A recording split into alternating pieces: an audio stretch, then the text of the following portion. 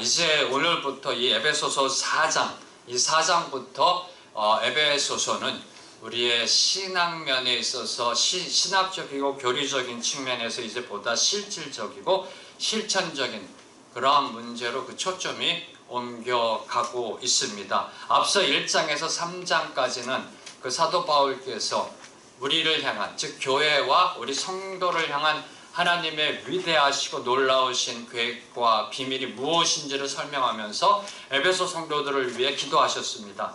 그리고 이제 4장부터는 하나님의 구원받은 백성들이 어떻게 살아가야 하는지에 대한 그 실질적인 권면을 다루고 있습니다. 이 4장부터 6장 후반부의 말씀도 크게 두 문맥으로 나눠볼 수가 있습니다. 오늘과 다음 주 말씀, 에베소서 4장 1절에서 16절까지의 말씀은 교회가 하나 되어져야 된다, 교회와 연합되어져야 된다, 그리고 성장해야 된다라는 그러한 그 비전 속에 어떻게 그것을 이루어 갈 것인가에 대한 그 실질적인 권면이 주어져 있고요. 그리고 4장 17절 이후에는 하나님의 구원받은 그 백성들이 옛사람을 버리고 새 사람의 삶을 살아갈 것을 권면합니다. 어디서요? 가정과 일터와 특별히 영적 전쟁에 대한 그 실질적인 지침을 다루고 있습니다. 오늘 말씀도 두 문맥입니다. 1절에서 3절까지는 교회가 하나 되어져야 된다, 교회가 일치와 연합을 이루어야 된다는 권면이 주어져 있고요. 4절부터 6절까지는 그 하나됨의 근거와 당위성을 사도 바울께서 설명하고 계십니다. 정신 없으시죠? 네, 일부러 제가 빨리 갔습니다. 정신 없으시라고. 뭐 문맥을 얘기하는데 뭐가 어떻고 어디서부터 어떻게 되고 뭐 또 나눠지고 두 개고 네, 사랑하는 성도 여러분, 제가 이렇게 설교할 때 먼저 이걸 말씀드리는 거는 성경은 문맥으로 이해해야 된다는 겁니다. 한 구절 한 단어 갖고 성경을 이해하려고 하다 보면 하나님의 뜻을 이해하지 못한다는 겁니다. 늘 항상 큰 문맥 속에서 하나님의 말씀이 어떻게 흘러가는지를 봐야 한다는 겁니다. 그래서 저희 교회는 문맥 큐티를 하는 거고요. 그리고 새가족이 오시면 오늘 아마 2주차 문맥 큐티에 대한 강의가 또 이어질 겁니다. 문맥 큐티, 하나님이 뭘 말씀하시는지를 저희가 바로 알아갈 때 하나님의 백성으로서의 삶을 살아가게 되는 줄로 믿습니다. 자, 1절 말씀, 오늘 주신 1절 말씀 함께 읽겠습니다. 시작! 그러므로 주 안에서 갇힌 내가 너희를 권하노니 너희가 부르심을 받은 일에, 사도 바울은 먼저 이렇게 고백합니다. 주 안에서 갇힌 내가 너희를 권하노니, 주 안에서 갇힌 내가 너희에게 권하노니. 좀 밋밋하게 들리세요? 어떤 느낌이 들려오세요? 네. 성경을 여러분들이 입체적으로 이해하셔야 됩니다. 평면적으로 이해하시면 안 되고요. 주 안에 갇힌 내가 너희를 권하노니, 이게 들리시면 안 되는 겁니다. 사도 바울의 2000년 전에 사도 바울의 심정이 어떤 심정이었을까요? 주 안에 갇힌 내가 너희에게 권하노니. 지금 감옥 안에 갇혀 있습니다. 감옥 안에 갇혀 있으며 자신이 세운 교회, 그 교회 가고 싶은데 가지 못하고 있는 그 심정이 들리시는지요? 감옥에 갇혀 있는 사도 바울이 지금 멀리 감옥 안에 갇혀 있지만 사도 바울께서 세우신 그 교회 성도들을 생각하며 그들을 기도하며 그들이 잘 되기를 바라는 그 목자의 애틋한 마음이 느껴지시는지요? 주 안에 갇힌 내가 너희를 위해 권하노니. 바로 이 마음이 얼마 전에 저와 여러분의 마음이었습니다. 교회를 향한 마음이었습니다. 코로나로 갇혀있던 그 마음이었다라는 겁니다. 교회를 향한 그 마음이 지금 사도 바울께 있는 겁니다.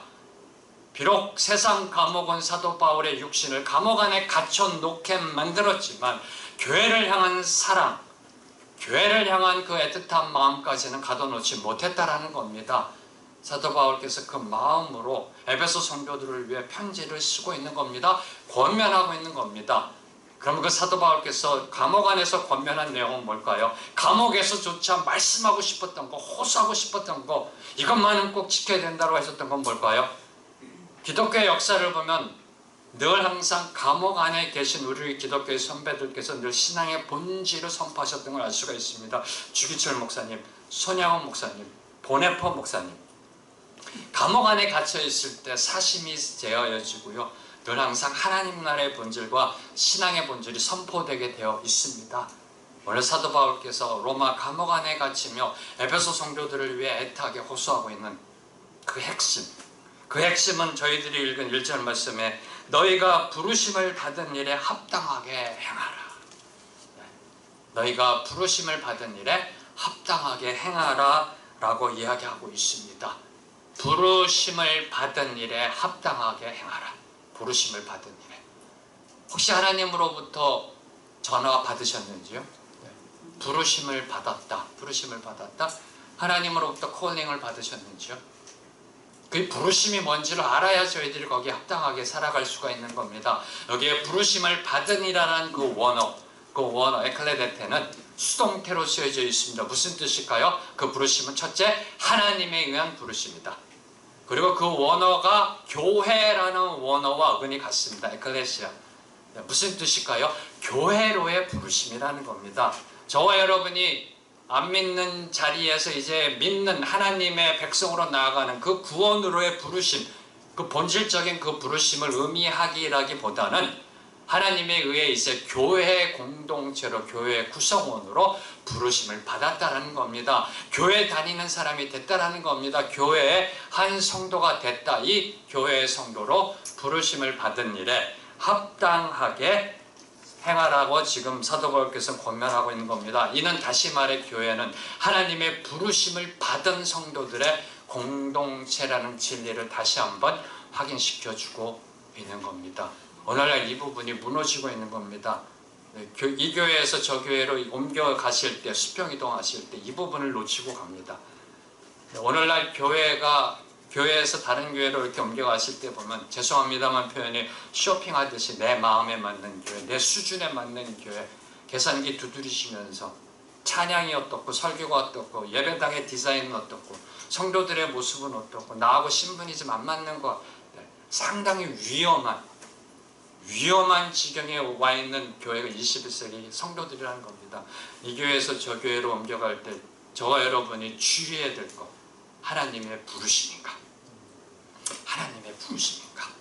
교회는 하나님의 부르심을 받은 성도들의 공동체라는 겁니다. 자, 그러면 사랑하는 성도 여러분, 저와 여러분은 하나님의 부르심을 받은 성도들입니다. 그럼 하나님의 부르심을 받은 그 자답게 행동하고 계시는지요? 아니, 교회의 구성원답게 행동하고 계시는지요? 이해가 잘 안 되시는가요? 그러면 어떻게 행하면, 어떻게 살아가면 세상 사람들이 저와 여러분을 보고 아, 저 사람 교회 다니는 사람이구나 라고 인정할 수 있을까? 이 부분입니다. 네. 감옥 안에서 사도 바울이 지금 권면하는 거, 2000년 전에 저와 여러분을 향해 권면하셨던 내용은, 저와 여러분이 어딜 가서 무엇을 하고 어떤 행동을 하든지 간에 세상 사람들이 이렇게 얘기하는 거, 아, 저 사람 교회 다니는 사람인가 봐. 아, 역시 달라, 교회 다니는 사람은. 이렇게 행하라는 겁니다. 그럼 어떻게 이렇게 행할까? 어떻게 행할까? 바로 그것에 대해서 2절과 3절에 사도 바울께서 방향성을 주고 계십니다. 먼저 2절 말씀 함께 읽겠습니다. 시작! 모든 겸손과 온유로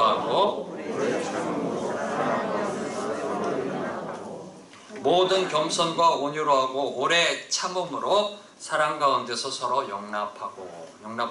먼저 2절에 사도 바울께서 이렇게 말씀하십니다. 그래서 원어적으로 보면 모든 겸손과 온유를 가지고, 그리고 오래 참음을 가지고란 뜻입니다. 두 번의 가지고가 반복됩니다. 그리고 이 두 번의 가지고는 곧 이어 나오는 서로 용납하고의 전제 조건이 됩니다. 헬라 문법상 무슨 뜻일까요? 문법상으로요, 이 교회 안에서 성도가 성도를 용납하기 위해서는 모든 겸손과 온유와 오래 참음이 반드시 필요하다는 사실을 보여주고 있는 겁니다. 교회는 다양한 사람들이 모여있는 곳입니다. 교회는 이질적인 사람들이 모여있는 곳입니다. 교회 안에는 나와 다른 사람들, 다르게 행동하는 사람들, 다르게 삶의 방식을 이어가는 사람들이 모여있는 곳입니다. 제가 이 교회에서 사역을 할 때도 보면 되게 이제 사역팀에 있어서 어떤 불평과 불만이 있을 때 제가 상담할 때 늘 이렇게 결론이 맺어집니다. 쉽게 말씀드리면, 목사님 정말 생각이 달라도 너무 달라요. 네. 핵심은 그겁니다. 네, 점잖게 예의 바르게 설명을 하지만 핵심 그겁니다. 그리고 대부분의 상태가 도대체 목사님 말이 안 통합니다. 이겁니다. 핵심. 사역에 있어서의 문제가 일어나면 이겁니다. 둘 중에 하나. 네, 나하고는 너무나 생각과 뜻이 다릅니다. 또는 도대체 말이 안 통합니다. 네. 근데 아세요? 그게 바로 하나님의 창조 원리라는 것. 그것이 바로 하나님의 창조 원리라는 겁니다. 하나님이 이 세상을 창조하실 때 모든 것을 종류대로 다양하게 창조하셨다는 겁니다. 뭘 의미할까요? 다름은 틀림이 아니다라는 겁니다. 다름은 틀림이 아니다. 교회는 이 다름으로부터 출발해야 한다는 겁니다. 다시 말씀드리면 교회는 공산주의 이데올로기가 아닙니다. 획일성으로 나아가는 것이 아니라 이 다름으로부터 출발하는 것이 바로 교회라는 겁니다. 사도 바울 당시 그 에베소 교회는 이방인들과 디아스포라 유대인들이 함께 모여있던 교회입니다. 문화적으로, 사상적으로, 교육적으로, 종교적으로 서로 다른 배경을 가졌던 사람들이 모여있던 바로 그 교회라는 겁니다. 바로 이런 상황 속에서 서로 다른 사람들이 함께 모여있는 곳에서 반드시 필요한 것, 저 사람은 나와 다르다라는 걸 인정해 주는 것.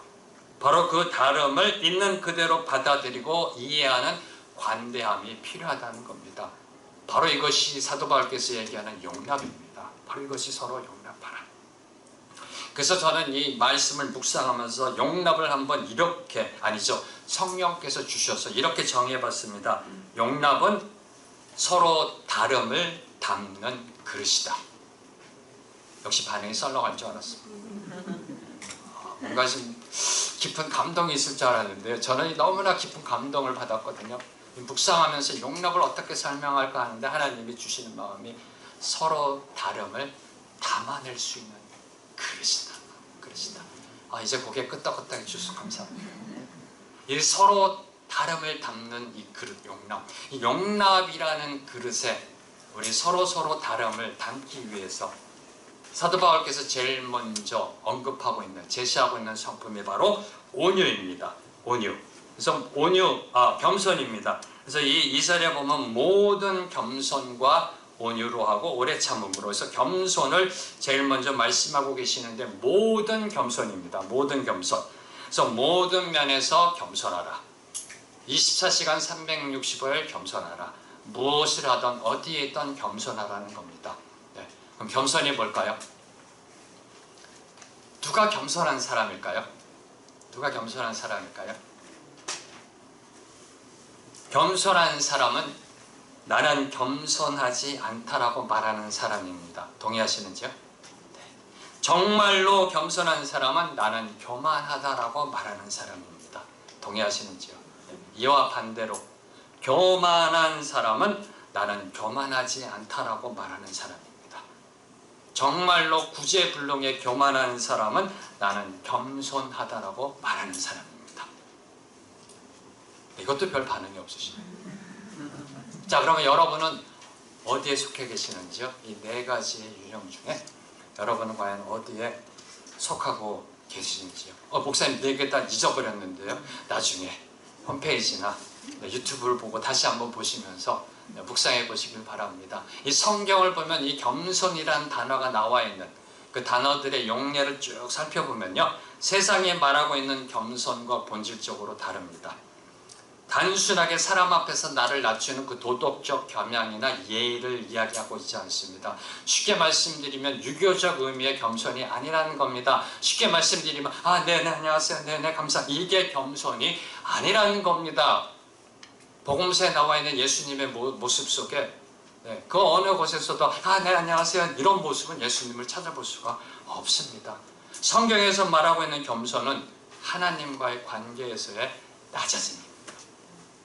하나님과의 관계에서의 낮아짐입니다. 하나님에서의 낮아진 사람만이 사람 앞에서 낮아질 수 있기 때문입니다. 다시 말씀드리면 하나님 앞에서 나를 비우는 거고요, 나를 낮추는 거고요, 나를 부인하는 겁니다.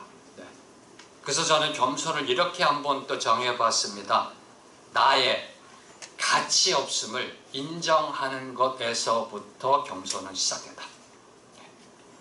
나 자신이 얼마나 가치 없는 사람이라는 것을 깨닫는 그 순간부터 겸손은 시작된다. 바로 이 겸손을 가장 잘 설명하고 있는 성경 구절이 빌립보서 2장 6절에서 8절까지의 말씀입니다. 이 세 절의 말씀 함께 읽겠습니다. 시작!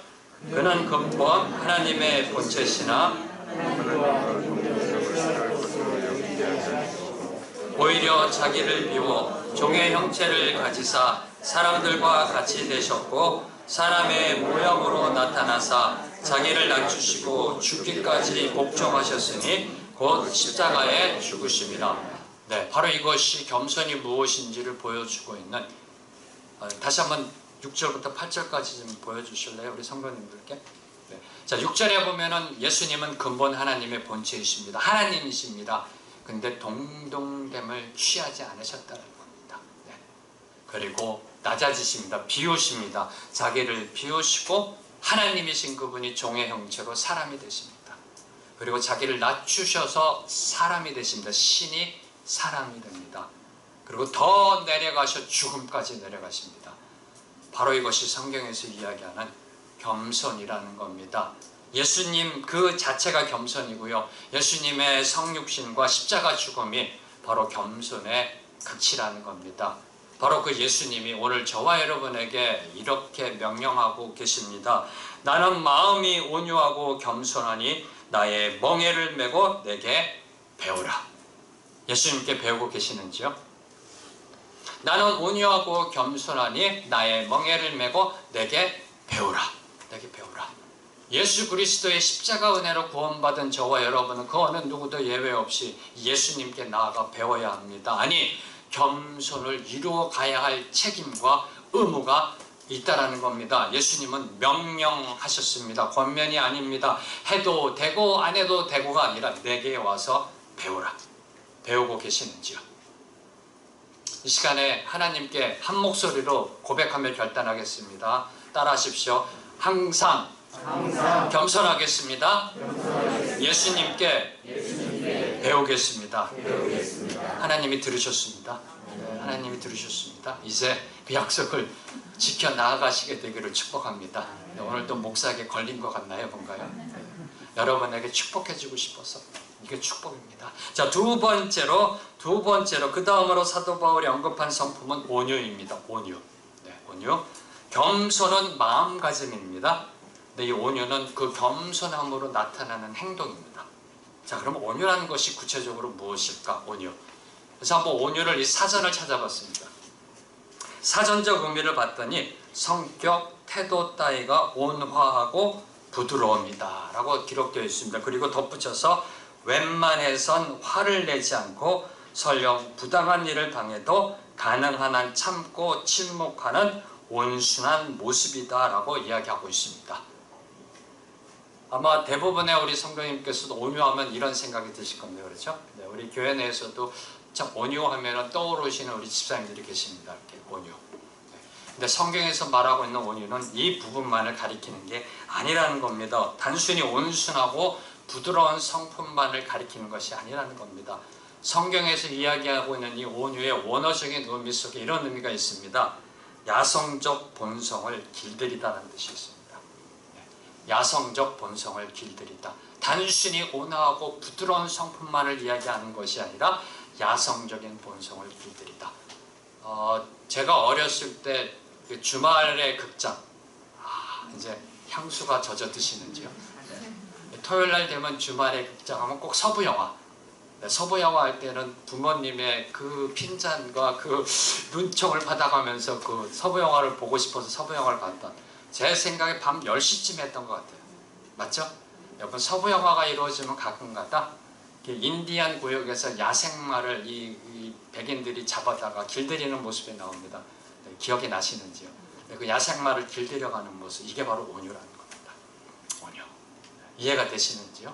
네. 그 야생마가 길들여가는 모습, 강하고 거친 성품이 길들여져서 온순하고 부드러운 성품으로 바뀌게 되는 것이 바로 이것이 온유의 본질적인 모습이라는 겁니다. 이런 온유함에는 두 가지 특징이 있다는 겁니다. 길들여졌지만 야성은 살아있다는 겁니다. 길들여졌지만 야성은 살아있다. 그 야성이 살아있는 말이 명마가 되는 거 아니겠습니까? 그래서 살아있는 야성이 제어할 수 있는 성품으로 변한 것이 바로 온유라는 겁니다. 다시 말씀드리면 강함을 절제하는 부드러움이 있다는 겁니다. 다시 말씀드리면 통제된 힘이 있다는 겁니다. 이것이 바로 온유라는 겁니다. 그래서 내유 외강이 아닌 외유 내강, 바로 이것이 온유의 특징입니다. 단순히 약한 모습, 온화한 모습, 그런 연약한 모습이 온유가 아니라요, 통제된 힘, 강함을 절제하는 부드러움, 야성이 있지만 절제하는, 바로 그것이 온유라는 거고요. 두 번째 이 온유함의 특징은, 이 온유함은 전적으로 주인에게 순종하는 온유함이라는 겁니다. 주인이 가자 하면 달려나가는 말, 그 명마처럼, 그리고 주인이 고삐를 당기면 달려나가고 싶어도 멈춰서는 그 말처럼 주인만을 위해 그 강함을 사용하는 온유라는 겁니다. 뭘 의미할까요? 성경이 말하는 온유는 오직 우리의 주인 되신 하나님만을 위해 사용하는 그 강함을, 그것이 바로 온유라는 겁니다. 네. 자, 그러면 여러분이 한번 생각해 보세요. 제가 자세하게도 이렇게 설명을 할 수가 없는데, 사실은 조금 이렇게 개인적인 욕심이 났었던 게, 오늘 주신 말씀을 한 세 부분으로 나눠서 설교를 할까 막 또 보여주시는데요, 한 세 부분 이상으로, 1절에서 6절을 세 부분 이상으로 설교를 할 수 있겠더라고요. 네. 그러다 제 욕심을 내려놨습니다. 혹시나 또 실족하실 분이 있을까봐, 시험 드실 분이 있으실까봐. 네. 다음에 그래서 이런 생각이 들었습니다. 내년쯤에 올 하반기에는 창세기 강해를 하고 내년은 에베소 강해를 해야 되겠다. 네, 에베소 강해를 해야 되겠다. 그래서 강해 때 좀 더 자세하게 설명을 해야 되겠다는 생각을 했고요.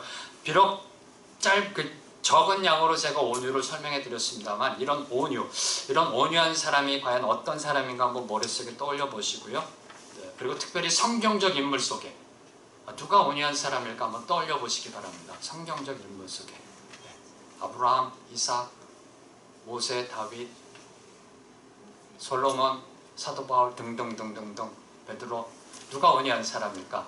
성경을 보면 모세라고 적혀 있습니다. 모세. 네. 민수기 12장 3절에 보면 이 사람 모세는 온유함이 지면의 모든 사람보다 더하더라. 뜻밖입니다. 뜻밖입니다. 네. 모세가 누구인가요? 자기 동족을 괴롭혔다는 이유로 애굽 사람을 폭행치사, 그냥 죽인 것도 아니고 때려 죽였다라고 성경에 나옵니다. 그리고 모래 더미에 숨겨놓고 도망쳤던 사람, 백성들이 물을 달라고 그랬더니 화를 냈던 사람, 바위를 2번 이상 세게 쳤던 사람, 바로 이 사람이 성경에서 온유한 사람이다. 지면의 모든 사람보다 온유하다라고 성경이 기록하고 있습니다. 이해가 되시는지요? 네.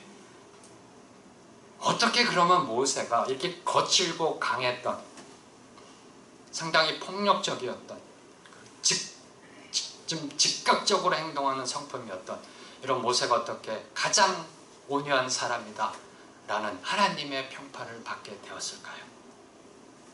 바로 이 부분이 중요합니다. 갈라디아서 5장 22절과 23절 말씀, 함께 읽겠습니다. 시작!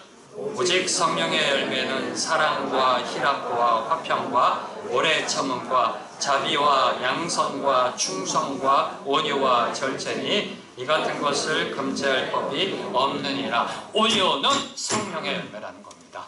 온유는 저와 여러분이 인간적으로 이룰 수 있는 게 아니라 성령의 터치하심, 성령의 역사가 우리의 심령 속에 일어나면 그 어느 누구도 온유한 사람이 된다는 겁니다. 할렐루야. 저와 여러분도 온유한 사람이 될 수가 있습니다. 저와 여러분도 하나님으로부터 이 지면에서 가장 온유한 사람이 바로 너다라고 축복받을 수 있다는 소리입니다. 우리 안에 성령께서 내주하고 계십니다.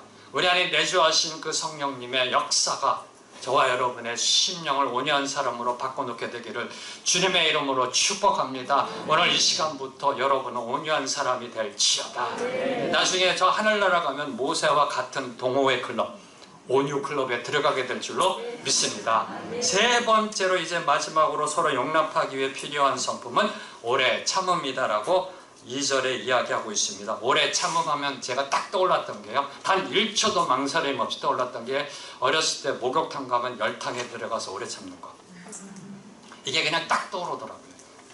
특히 또 친구들끼리 목욕탕 가면 또 지기 싫어서 끝까지 버텨냈던 옛날에 제 그 우매했던 모습, 그러면서 안 뜨거운 척, 열탕 속에서 아마 우리 자매님들은 잘 모르실 겁니다. 아마 형제님들 중에서는 저와 같이 바보스러웠던 분도 계실 겁니다.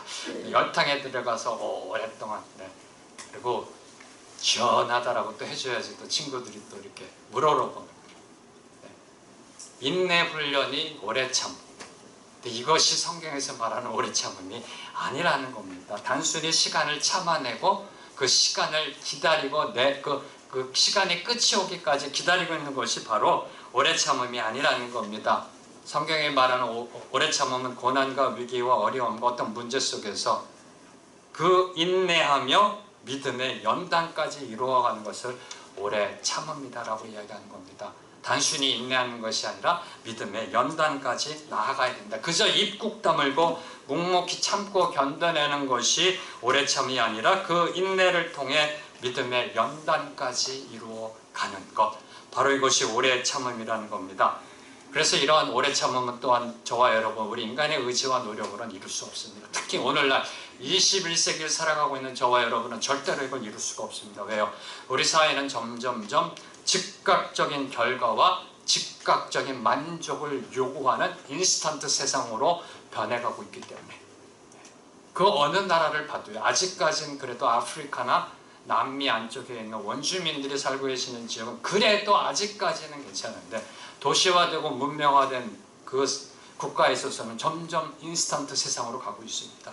특별히 우리나라 빨리빨리 문화 속에서는 절대로 이 오래 참음의 이 성품을 만들어갈 수가 없는 겁니다. 그래서 사도 바울께서 갈라디아서 5장 22절과 23절 저희들이 이미 읽은 말씀, 오래 참음도 성령의 열매다. 오래 참음도 성령의 열매다라고 이야기하고 있습니다.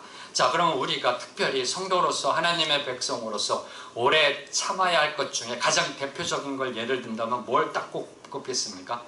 참아야 된다. 오래 참아야 된다. 딱 떠오르는 거. 네, 거의 대부분이 아마 화, 분노 이런 걸 아마 생각하셨을 겁니다. 우리들이 참아야 되는 거 성도로서 화, 분노. 그래서 이 오래 참음이라는 문자적 의미 속에 이런 의미가 있습니다. 분노로부터 거리가 먼 감정 또는 분노를 자제할 수 있는 감정이 오래 참음이라는 이 헬라 원어 속에 들어가 있습니다. 특히 분노 중에서도 특히 언어를 통해 터져나오는 혈기를 다스릴 수 있어야 된다는 겁니다. 이 혈기, 분노를 다스릴 수 있어야 된다. 대개 이제 성을 잘 내고요, 화를 잘 내시는 분들이 이렇게 쭉 보면은 그분들이 주로 하시는 말씀이 있어요. 성을 잘 내시고요. 성이라고 하는데도 또 성이라고 그래야 되겠죠? 성을 잘 내고 화를 잘 내시는 분들이 주로 하시는 말씀 혹시 들어보셨는지요? 내가 비록 화는 잘 내지만 그래도 내 성격이 아싸래서 뒤끝은 없어. 들어보셨는지요? 네. 그래도 뒤끝 있는 것보다 낫습니다. 그죠? 네. 내가 비록 화는 잘 내. 알아. 내 성격이 원래 급해. 혈기가 있어. 그런데 난 아싸래서 뒤끝은 없다. 야. 네. 화끈한 성격인가요? 쿨한 성격인가요? 네. 총도 칼에 비해서 아싸랍니다. 총. 네. 딱 한 방이면 끝납니다. 근데 저와 여러분이 기억해야 될 거, 이미 상대방은 죽어 있다라는 사실을 기억해야 된다는 겁니다. 아싸라면 뭐예요? 이미 상대방은 죽었는데. 네. 그래서 이 특별히 이 오래 참음 중에서 이 분노를 참지 못하면 다른 사람을 서로 용납하기는커녕 영원히 그 사람을 놓치게 되는 죽음으로, 영적 죽음으로 실족시키게 만드는 그러한 죄악을 범할 수 있다는 겁니다. 그래서 오래 참음이라는 것은 참을 수 있는 것을 참아내는 것이 아니라 참을 수 없는 것을 성령의 도움으로 참아내는 것을 이야기하는 겁니다. 사도 바울께서는 이제 이 모든 겸손, 온유, 오래 참음, 목사님 겸손에만 모든이 붙었는데요. 모든은 세 개 다 붙는 겁니다. 모든 겸손, 모든 온유, 모든 오래 참음으로 사랑 안에서 서로 용납하라라고 2절에서 말씀하고 계십니다. 저희 교회 새벽 기도회가 날마다 영적으로 부흥하고 있습니다. 기도에 불길이 올라가고 있음을 고백합니다. 너무나 감사합니다. 근데 이 새벽 기도에 우리 섬겨주시는 우리 김성주 집사님, 어미숙 집사님 너무 감사하고요. 주님의 이름으로 축복합니다. 근데 두 분 집사님 이제 오셔서 찬양을 준비하실 때 제가 기도하면서 들으면 늘 튜닝을 하세요. 퉁퉁퉁 튜닝을 하세요. 그래서 이 기타를 튜닝하실 때 보면 어떤 줄은 조여주고요, 어떤 줄은 풀어주면서 전체적인 음의 조율을 맞춰가시는 것 같아요. 튜닝할 때. 교회도 마찬가지입니다. 교회도 마찬가지입니다. 어떤 성도는 겸손의 줄을 튜닝해야 되고요, 또 어떤 성도는 온유의 줄을 맞춰야 되고요, 그리고 어떤 성도는 오래 참음의 줄을 조여야 되는, 바로 이것이 교회의 모습이라는 겁니다. 그 튜닝이 진행되는 동안 너는 왜 맨날 그 모양이라고 하면 안 된다는 겁니다. 너는 왜 맨날 그 모양이야? 너 때문에 우리가 지금 기다리고 있잖아.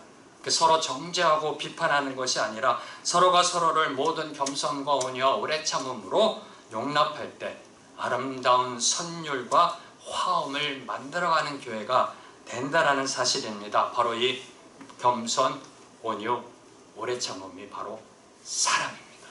성경에서 말하는 사랑. 그래서 사도 바울께서 사랑 안에서 서로 용납하라라고 이야기하고 있는 겁니다. 우리가 서로 사랑하며 용납할 때 3000년 전에 계셨던 우리 믿음의 선배 다윗께서 저와 여러분에게 이렇게 선포하십니다. 보라, 형제가 연합하여 동거함이 어찌 그리 선하고 아름다운고. 바로 이 선하고 아름다운 교회가 저희 생명의 길교회, 여러분의 교회가 되기를 주님의 이름으로 축복합니다. 자, 이 선하고 아름다움의 연합을 위해 우리가 다음으로 행해야 할 것은 성령이 하나 되게 하신 것을 힘써 지키는 것입니다. 3절 말씀 함께 읽겠습니다. 시작.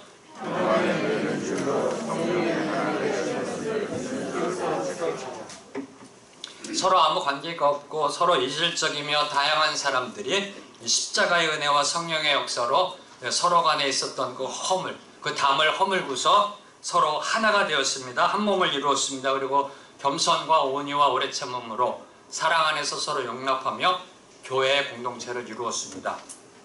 바로 이런 교회의 하나됨이 끝까지 지켜지기 위해서는 저와 여러분이 지속적으로 노력해야 한다는 겁니다. 여러분 한 분 한 분이 노력해야 된다. 성령으로 하나 되게 하신 것, 바로 그것을 평안에 매는 줄로 힘써 지켜야 한다라고 이야기합니다. 평안에 매는 줄로 힘써 지켜야 된다. 서로 용납하는 것에 끝나는 것이 아니라 서로 용납함으로 하나 되었으면, 서로 다름을 용납이라는 그릇에 담았으면 이제 평안에 매는 줄로 묶어야 된다는 겁니다. 네. 평안에 매는 줄로 묶어서 단단하게 하나됨을 유지해야 된다. 성경을 보면 이 평안이라는 단어가 이런 의미가 있더라고요. 그 샬롬 에이레네라는 그 헬라어 히브리어 단어를 쭉 찾아보면 신변의 안전, 물질적 평안, 정신적 안정, 그리고 영적 의미의 그 평안, 그리고 개인의 안녕과 평안뿐만 아니라 국가와 공동체 평안도 다 들어가더라고요. 그래서 지금 여기 사도 바울께서 사용하신 이 평안이란 단어는 개인적 차원의 평화뿐만 아니라 교회 공동체가 누려야 되는 이 평화, 한 분 한 분이 누려야 될 뿐만 아니라 교회 전체가 누려야 되는 이 평화, 이 두 가지를 다 이야기하고 있는 겁니다. 자, 그럼 이런 평화를 어떻게 저희 교회가 누릴 수 있을까요? 이사야 53장 5절 말씀 함께 읽겠습니다. 시작. 그가 찔림은 우리의 허물 때문이요 그가 상함은 우리의 죄악 때문이라. 그가 징계를 받으므로 우리는 평화를 누리고 그가 채찍에 맞음으로 우리는 나음을. 네, 잠깐 보여주고 계세요. 네, 이사야 53장 5절은 여러분은 최소한 이 말씀 정도는 암기해 주셔야 됩니다. 이사야 53장은 이 땅에 메시아로 오신 예수 그리스도가 오실 것을 예언한, 나중에 저 천국문 들어갈 때 성경 중에서 최소한 이사야 53장 정도 읽고 가야 예수님의 얼굴을 좀 이렇게 보면서 들어갈 수 있습니다. 이 부분을 잘 모르시고 들어가면은 예수님이 부르시면 이렇게 고개 숙이고 들어가야 돼요. 죄성에서 천국문 들어갈 때 예수님에 대한 예언입니다. 예수님 오시기 700~800년 전에 거기에 이렇게 예언되어 있습니다. 그가 찔림은, 예수님이 찔림은 우리의 허물 때문이요 그가 상함은 우리의 죄악 때문이라. 뭘 의미할까요? 그의 찔림과 상함은 우리의 허물과 죄악 때문이다. 대신이라는 겁니다. 대신 찔렸고 대신 우리를 위해 상함 받으셨다. 즉 대속의 은혜를 이야기하고 있는 겁니다. 여러분이 잘 알고 있다시피 십자가는 그런데 여기서 끝나는 게 아니라는 겁니다. 십자가가 여기서만 끝나는 것이 아니라 대속적 은혜로 저와 여러분이 구원받았습니다. 여기서 끝나는 게 아니라 그가 징계를 받음으로 평화를 누리고 채찍에 맞음으로 나음을 받았다는 겁니다. 예수님이 징계받고 채찍에 맞으면 우리가 평화를 누리고 나음을 받았다는 겁니다. 대속의 은혜로 구원받은 것으로 끝난 것이 아니라 하나님과의 관계가 회복되어져서 우리 안에 평화가 이루어지고 죄의 상처로부터 나음을 입은 상태, 온전한 치유와 회복이 이루어졌다. 이것이 바로 십자가입니다. 그리고 이 십자가에서 이룬 것이 바로 평화라는 겁니다. 예수 그리스도께서 이루신 그 평화, 바로 이 평화로 하나가 되어라는 겁니다. 다시 말씀드리면 십자가의 그 본질적 정신으로 서로 하나가 되어 나아가라는 겁니다. 예수님께서 십자가에서 이루신 그 평화가 바로 교회를 하나로 묶는 평 안에 매는 줄이었던 겁니다. 그래서 여기서 저희들이 한 가지 주목하는 거, 이 문맥 속에서요. 다른 보여주셔도 됩니다. 자막 내려주셔도 되고요. 여기서 오늘 1절부터 6절까지 전체적인 이 대목에서 저희가 봐야 될 거는 3절부터 6절까지 하나라는 단어가 8번이나 사용되고 있습니다. 이제 지금도 카운트하고 계시죠? 하나, 둘, 이렇게. 네, 특별히 4절에서 6절까지는 7번이나 사용되어지고 있습니다. 그만큼 교회가 하나됨이 중요하다는 겁니다. 이제 4절부터는 하나이니까 하나가 되어져야 된다는 그 원칙으로 교회의 연합을 강조하고 있습니다. 4절에서 6절 말씀 함께 읽겠습니다. 4절에서 6절 시작. 몸이 하나여 성령으로 한 분이시니 이와 같이 너희가 그리스도의 한 소망 안에서 부르심을 받았느니라. 주 한 분이시요 믿음도 하나요 세례도 하나요 하나님도 한 분이시니 하나님의 아버지시라. 만유에 계시고 만유를 구별하시고 만유에 계시라. 아멘. 먼저 4절을 보면 바울은 교회가 그리스도의 한 몸이다라고 이야기합니다. 그리고 성령도 하나라는 사실을 근거로 교회가 하나 되어야 함을 강조하고 있습니다. 우리 모두는 하나님의 부르심에 합당한 모습, 한 소망 안에서 하나로 나아가야 된다. 즉 하나된 공동체의 모습으로 나아가야 됨을 강조합니다. 그리고 5절에서는 성령으로 하나된 성도들은 한 주이신, 주도 하나요, 한 주이신 예수 그리스도를 믿는 한 믿음 안에서 세례받아 동일한 신앙 공동체를 세워가야 함을 저와 여러분에게 말씀하고 계시고요. 그리고 6절에서는 4절에 성령도 한 분이시고 5절에 주 예수 그리스도도 한 분이신 것처럼 하나님도 한 분이심을 6절에서 강조하고 계십니다. 한 분이신 그 하나님은 온 우주 만물을 창조하신 하나님이십니다. 그래서 만유의 아버지이시고요. 그 만물 위에 계시며 통치하고 계시고요. 그리고 그 만물을 통해 온 세상에 편지하고 계신 무소 부재의 하나님 아버지이심을 사도 바울께서 4절에서 6절 설명하고 계십니다. 자, 그럼 4절에서 6절까지 사도 바울께서 말씀하시고자 하는 것은 무엇일까요? 뭘 저와 여러분에게 강조하고 싶으실 걸까요? 성령, 예수 그리스도, 하나님이 한 분이시듯 저와 여러분도 하나가 되어야 된다는 겁니다. 서로 다른 성도들이 모인 교회가 서로 하나가 되어야 한다. 서로 용납함으로 하나가 되어져야 한다. 다시 말해 성도들이 하나로 연합되어져야 되는 그 근거, 그 당위성을 성부, 성자, 성령, 삼위일체 하나님이란 이 진리 안에서 증명하고 있는 겁니다. 사랑하는 성도 여러분, 삼위일체 하나님은 한 분이십니다. 그 하나님이 세우신 교회는 하나입니다. 그래서 저와 여러분은 반드시 하나가 되어야 될 줄로 믿습니다. 이제 오늘 주신 말씀 갖고서 요약하며 나아갑니다. 저와 여러분에게 오늘 사도 바울은 동일하게 권면하고 있습니다. 첫째, 모든 겸손과 온유와 오래 참음으로 사랑 안에서 서로 용납하라라고 권면하고 있습니다. 그리고 평안에 매는 줄로 성령이 하나 되게 하신 것을 굳게 지키라라고 권면하고 계시고요. 그리고 삼위일체 하나님이 한 분이시듯 교회의 일치와 연합을 이루라라고 말씀하고 계십니다. 지금 옆에 계신 분, 서로 다른 지체와 한 몸을 이루고 계시는지요? 이 사도 바울의 권면에 순종하며 나아갈 때 하나님이 저와 여러분을 부르신 그 부르심을 받은 일에 합당하게 행하며 나아가는 저와 여러분이 될 줄로 믿습니다. 오늘 말씀 붙잡고 함께 저희들이 찬양하며 나아갑니다. 먼저 저희들이 찬양할 곡은 부르신 곳에서 하나님을 예배하며 나아가는 저와 여러분이 되기를 소망하며 함께 찬양합니다.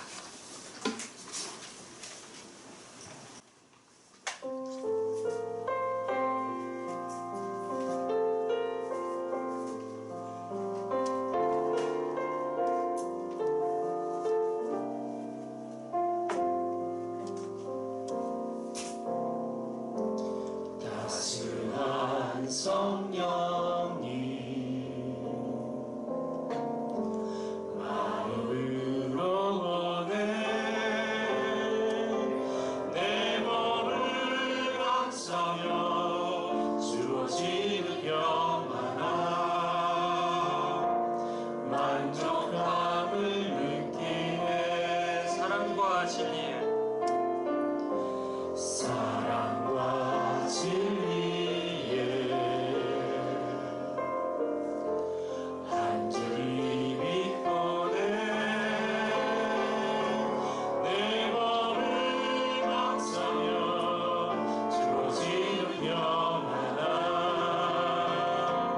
그 사랑을 느끼네 부르신 곳에서 난 예배하네 어떤 상황에도 난 예배하네 부르신 곳에서 난 예배하네 어떤 상황에도 나는 예배하네 네가 걸어갈 때 길이 되고 살아갈 때 삶이 되는 그곳에서 예배하네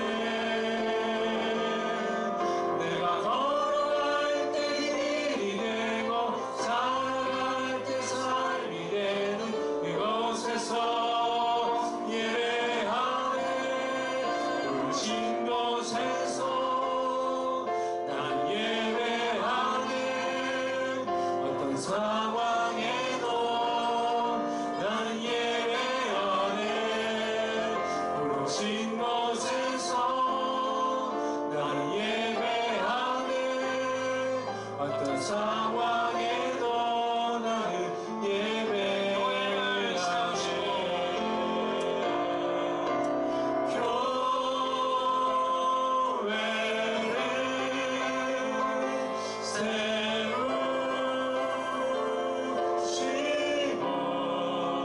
세우시고 이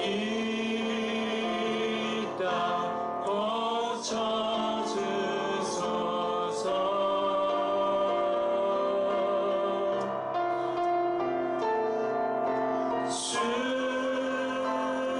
주님 나라